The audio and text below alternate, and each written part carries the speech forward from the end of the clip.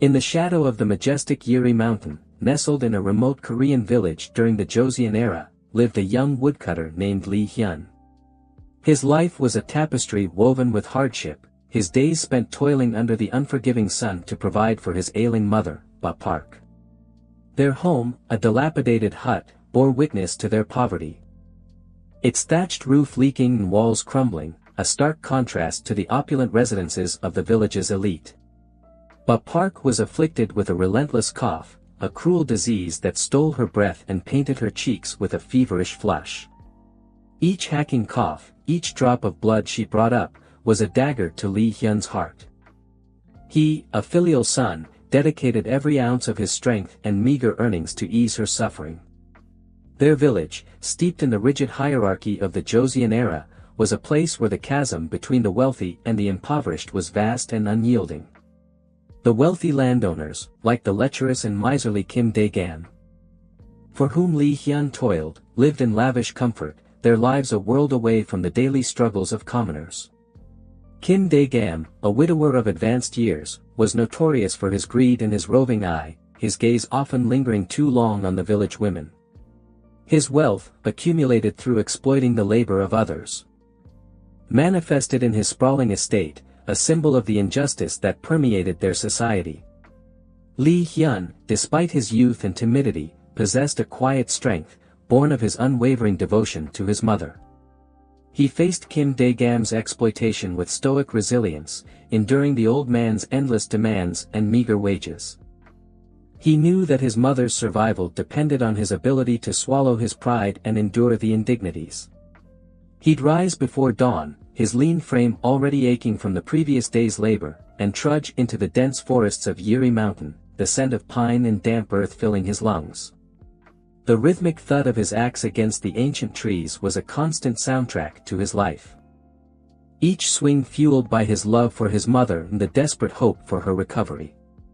"Mother," he'd say, his voice rough with exhaustion, as he offered her the watery rice porridge he'd managed to prepare, "please eat. You need your strength." Ba Park, her face etched with the lines of suffering and hardship, would offer a weak smile. "My son," she'd rasp, her voice a mere whisper, "your devotion is my only comfort." Her words were a balm to his weary soul, a reminder of the purpose that drove him. The societal divide was ever present. Lee Hyun observed the silk-clad wives of the landowners, their lives filled with leisure and gossip, and he couldn't help but feel a pang of resentment. Their existence was a stark reminder of the injustice that kept him and his mother trapped in a cycle of poverty. The rigid social hierarchy, the unforgiving laws, and the outdated customs, all conspired to keep the poor in their place. The village itself held a stifling air. The hushed whispers that followed the less fortunate, the blatant displays of wealth by those in power, it created a feeling of unease. But the beauty of the surrounding mountains provided solace for Lee Hyun. In the vast wilderness there existed an escape, a place that felt untouched by the cruelty of man. One day, as Lee Hyun was felling a particularly stubborn tree, his axe slipped, and he tumbled down a steep embankment, his leg twisting beneath him. The searing pain shot through him, leaving him breathless and unable to stand. He lay there, helpless and despairing, knowing that this injury would be a devastating blow to their already precarious existence. Kim Dae-gam, upon hearing of the accident, showed no concern for Lee Hyun's well-being. Instead, he saw it as an opportunity to rid himself of a now useless worker. "A crippled woodcutter is of no use to me," he sneered, his eyes glinting with cruel amusement. "You and your sick mother are a burden. Leave my land at once." His words were like a physical blow, leaving Lee Hyun reeling. He pleaded, his voice choked with desperation, "But, Master Kim, where will we go? My mother is too weak to travel. We have no money, no shelter." Kim Dae-gam merely chuckled, a cold, heartless sound. "That is not my concern. You are dismissed. Be gone before nightfall, or I shall have you thrown out." He turned his back, dismissing Lee Hyun as easily as he would swat a fly. With his mother on his back, Lee Hyun stumbled away from the only home he had ever known. His heart was heavy with grief and despair. He knew that their chances of survival were slim. The biting wind whipped around them, and the setting sun cast long, ominous shadows, mirroring the darkness that had descended upon their lives. The village, once a place of familiarity, now seemed alien and hostile. He could see the pitying glances of the other villagers, but none dared offer help, fearing the wrath of Kim Dae-gam. As they trudged along the dusty road, their path led them past a small tavern, nestled at the edge of the village. It was a humble establishment, but the warm glow of lamplight spilling from its windows offered a fleeting sense of comfort. The tavern was owned by Wolmae, a widow known for her beauty, sharp wit, and kind heart. She was a woman who had known hardship herself, having lost her husband to a sudden illness a few years earlier. Wolmae, standing at the entrance of her tavern, saw the two figures approaching. She noticed the young man's limp, the way he struggled to support the frail woman on his back, and the despair etched on their faces. She was a woman of keen observation, able to read the stories written on people's faces, and she knew instantly that they were in dire need. "Stop, traveler," she called out, her voice gentle but firm. "You look weary. Come in and rest a while." Lee Hyun hesitated, ashamed of their ragged appearance and penniless state. We have no money to pay for food or lodging," he stammered. Wolmae waved her hand dismissively. "Nonsense. Tonight, you are my guests. Come, the night air is cold, and your mother looks frail." Her genuine concern touched Lee Hyun, and he gratefully accepted her offer. He carefully helped his mother inside, the warmth of the tavern enveloping them like a comforting embrace. The aroma of food and drink filled the air, a stark contrast to the emptiness of their stomachs. Wolmae led them to a small table in the corner, away from the boisterous laughter of the other patrons. She brought them bowls of steaming rice and a plate of dried fish, simple fare but a feast to their starving bellies. But Park, weak as she was, managed a grateful smile. "Thank you, kind lady," she whispered, her voice barely audible. As they ate, Wolmae observed them with a thoughtful gaze. She saw the deep lines of worry etched on Lee Hyun's young face, the love and concern in his eyes as he tended to his mother. She also noticed his handsome features, his strong physique, despite the evident hardship he had endured.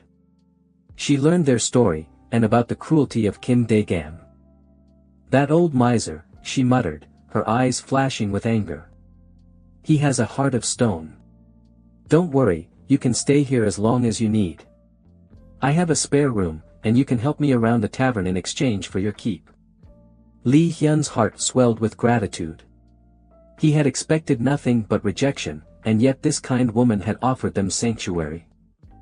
"Thank you," he said, his voice thick with emotion. "You are a lifesaver." He would earn his keep, tending to chores, always ready to offer a helping hand. While his leg continued to heal, Wolmae was always there.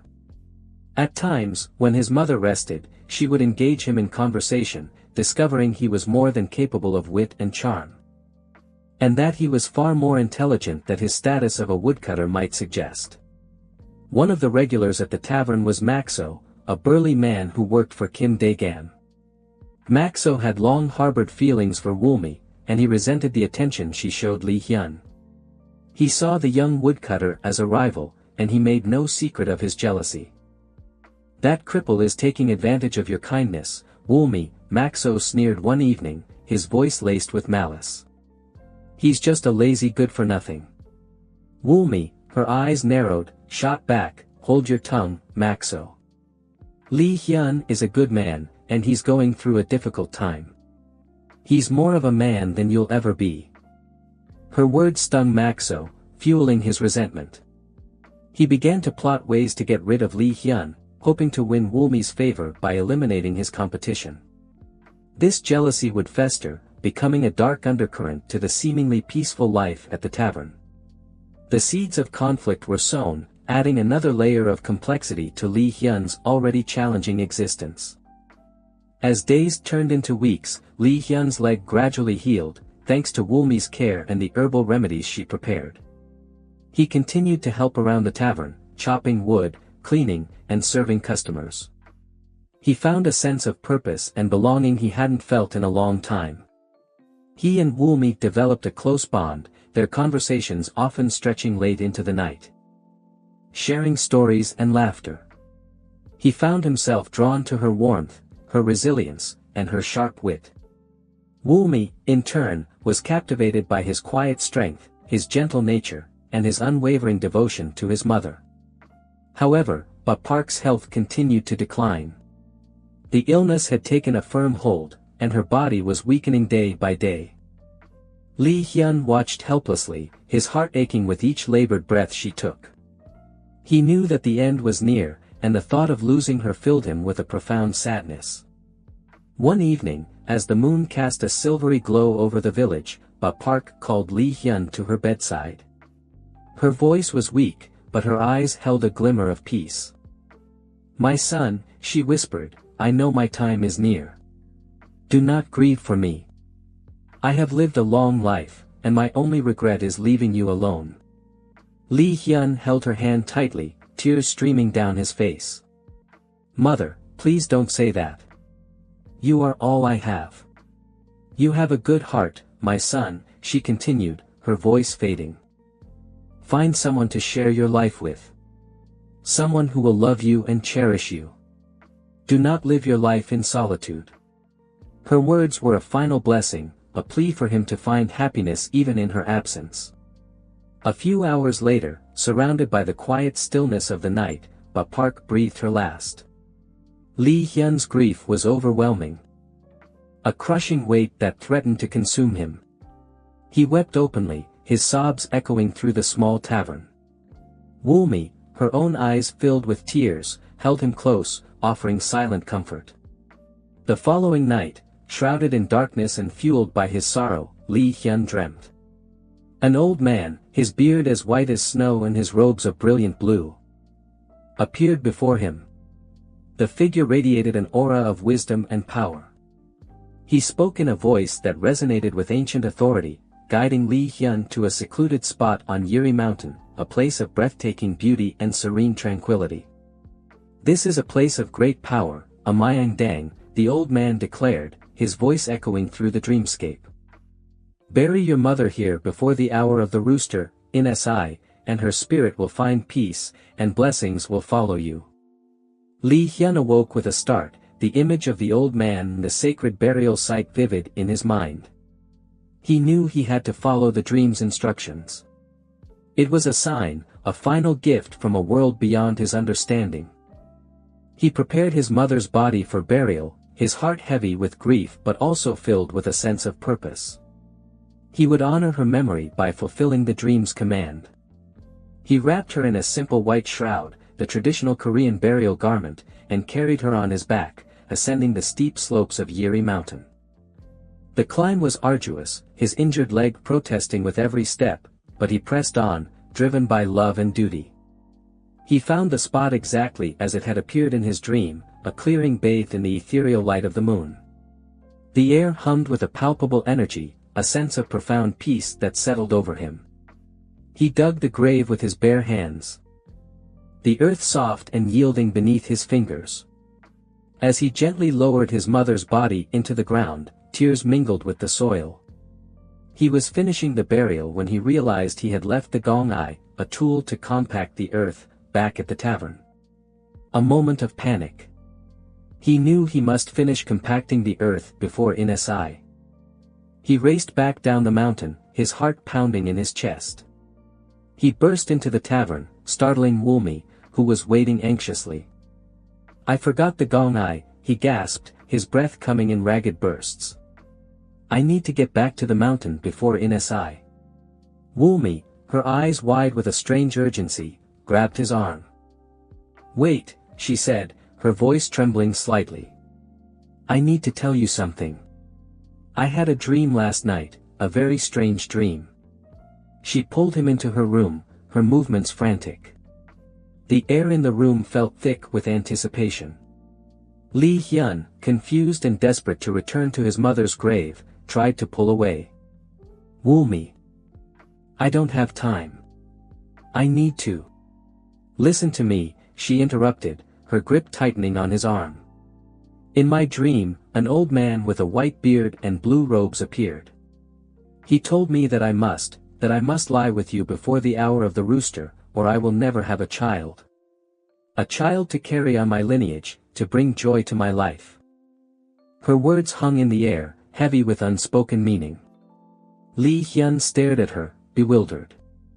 He was still in mourning, his heart heavy with grief, and her proposition seemed both shocking and strangely compelling. He was torn between his filial duty and the unexpected, intense desire that Wolmae's words and proximity had ignited within him. The conflict raged within him, a battle between tradition, grief, and a primal urge he couldn't deny. Wolmae's face was flushed, her eyes shining with a mixture of desperation and longing. She loosened her jigari, the top of her hanbok, revealing the curve of her breasts. Please, Li Hyun, she whispered, her voice husky with emotion. Don't refuse me. This is fate. The old man in our dreams, it's a sign. The scent of her perfume, a mix of jasmine and something wilder, filled his senses, further clouding his judgment. He looked at her, truly looked at her, for the first time seeing not just the kind tavern owner, but a woman of deep passion and yearning. He saw the vulnerability in her eyes, the plea for connection, for a future that transcended her lonely present. The societal constraints, the impropriety of the situation, all faded into the background as a more powerful force took over. He reached out, his hand trembling slightly, and cupped her face. Her skin was soft and warm beneath his touch.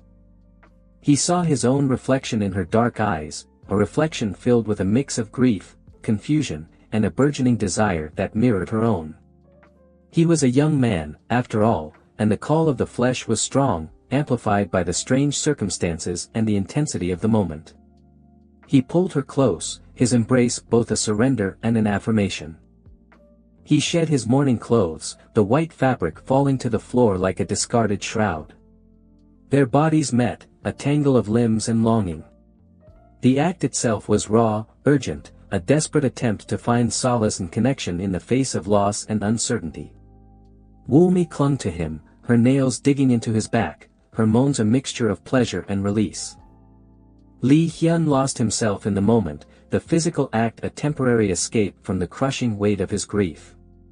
It was a passionate, intense encounter, fueled by a confluence of emotions, sorrow, desire, desperation, and a flicker of hope for a future he hadn't dared to imagine.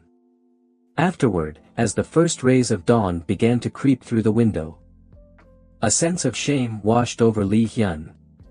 He had broken the sacred vows of mourning, betrayed the memory of his mother, even as he had fulfilled a strange, mystical decree. He quickly gathered his clothes, his mind racing. I must go, he said, his voice hoarse. I need to finish burying my mother. Wolmae, her face still flushed, nodded silently. She understood, perhaps better than he did, the complex web of emotions that had led to this moment. She knew that their lives were forever intertwined, bound by this act and the shared dream that had brought them together. Li Hyun rushed back to the mountain, the gong-ai clutched tightly in his hand. He arrived at the grave just as the distant sound of a temple bell announced the hour of the rooster. He quickly compacted the earth, his movements frantic but precise. He finished the burial just as the last chime faded away. A sense of relief washed over him, mingled with the lingering guilt and confusion. He returned to the tavern, exhausted and emotionally drained. Wolmae greeted him with a knowing smile, a silent understanding passing between them. She served him a bowl of hot broth, and he ate in silence, his mind still grappling with the events of the past few hours. The old man, he finally said, breaking the silence. He appeared in my dream too. He told me where to bury my mother. Wolmae nodded. It was the same man. It seems our fates are intertwined, Li Hyun. Destined by the spirits. In the following months, their relationship deepened. They found comfort and companionship in each other's arms, their shared grief and the strange circumstances of their union forging a powerful bond. They married, a simple ceremony witnessed by the few patrons of the tavern. Wolmae, true to the dream's prophecy, soon found herself pregnant. The pregnancy was a joyous occasion, a beacon of hope amidst the lingering shadows of their past. Wolmae blossomed, her beauty radiating with the anticipation of motherhood. Lee Hyun, in turn, found a renewed sense of purpose, his love for Wolmae deepening with each passing day. He worked tirelessly, determined to provide for his growing family. The memory of his mother remained a sacred presence in his heart, but the pain of her loss was gradually replaced by the anticipation of new life. Meanwhile, Kim Dae-gam's fortunes took a turn for the worse. His cruel deeds and miserly ways had alienated everyone in the village. His businesses began to fail, and his wealth dwindled. Rumors spread of his misfortune, whispers of karmic retribution for his heartless treatment of Lee Hyun and his mother. Some said the spirits of the mountain, angered by his disrespect, had cursed him. Others whispered that Wolmae, with her uncanny ability to know things, had a hand in his downfall. Maxo, consumed by jealousy and resentment, continued to harbor ill will towards Lee Hyun. He saw the young man's happiness as a personal affront, a constant reminder of his own failures. He spread malicious rumors, attempting to undermine Lee Hyun's reputation, but his efforts were in vain. The villagers, witnessing Lee Hyun's kindness and Wolmae's generosity, dismissed Maxo's words as the ravings of a jealous fool. 9 months passed, and Wolmae gave birth to a healthy son. They named him Lee Min-jae, a name that signified intelligence and prosperity. The birth of Min-jae was a joyous event, celebrated by the entire village. He was a beautiful child, with his father's strong features and his mother's bright eyes. He represented a new beginning, a testament to the resilience of the human spirit and the power of love to overcome adversity. Lee Hyun and Wolmae raised Min-jae with love and devotion, instilling in him the values of kindness, compassion, and respect for elders. They taught him the importance of hard work and the virtue of filial piety, lessons Lee Hyun had learned so painfully. They told him stories of his grandmother, Ba Park, ensuring that her memory would live on in their family. Min-jae proved to be an exceptionally gifted child. He was quick-witted, eager to learn, and possessed a natural charisma that drew people to him. He excelled in his studies, mastering the Confucian classics with ease. He was also a skilled martial artist, his movements graceful and powerful. He embodied the best qualities of both his parents, a blend of intelligence, strength, and compassion. At the age of 15, Min-jae took the Guizhou, the National Civil Service Examination, a grueling test of knowledge and intellect. He passed with the highest honors, achieving the coveted rank of Jangwon, the top scholar in the entire kingdom. His success brought great honor to his family and to the village. He was appointed to a prestigious position in the royal court, where he quickly distinguished himself as a wise and just administrator. Min-jae used his position to improve the lives of the common people, advocating for fair laws and policies that protected the vulnerable. He remembered his own humble beginnings, and he never forgot the lessons his parents had taught him. He became known as a champion of the poor, a voice for the voiceless, a symbol of hope in a society often marred by inequality and injustice. Kim Dae-gam, old, broken, and impoverished, lived long enough to witness the rise of Lee Hyun's son. He died a bitter and lonely man, his wealth gone, his reputation ruined, a stark contrast to the flourishing family he had once scorned. His fate served as a cautionary tale, a reminder that cruelty and greed ultimately lead to ruin. The contrast could not be starker. Maxo, witnessing Min-jae's success and the enduring love between Lee Hyun and Wolmae, finally understood the error of his ways. He confessed his jealousy and his attempts to harm Lee Hyun, begging for forgiveness. Lee Hyun, guided by the principles of compassion he had learned from his mother and Wolmae, forgave him. The story of Lee Hyun, Wolmae, and their son, Minjae, became a legend, passed down through generations. It was a story of love, loss, redemption, and the enduring power of filial piety. A testament to the belief that kindness and compassion, even in the face of adversity, will ultimately triumph. The echoes of their lives, lived under the watchful gaze of Yuri Mountain, serve to remind all who heard it that even in the darkest of times, hope, like the wildflowers that bloomed on the mountainside, could always be found.